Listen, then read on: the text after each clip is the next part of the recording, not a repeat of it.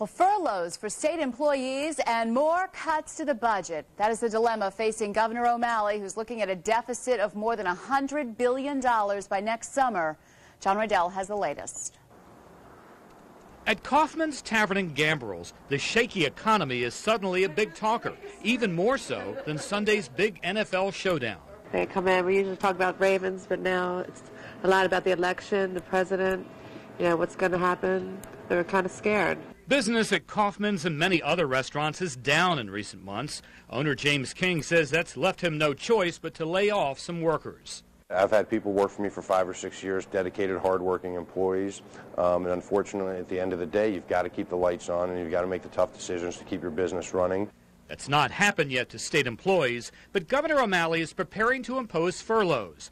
Non-essential workers would be ordered to take off the day after Christmas and the day after New Year's without pay. Those who make more than $40,000 will be furloughed for additional days. We're working through these things.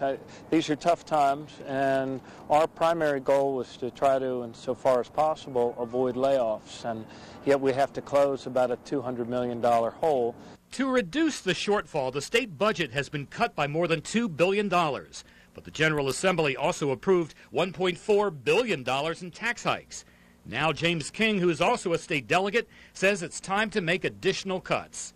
The rate of growth for state spending has grown exponentially over the last 10 years, and it's one of the problems I think that's put us in this situation.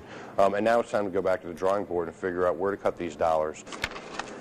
Painful decisions facing James King as a business owner as well.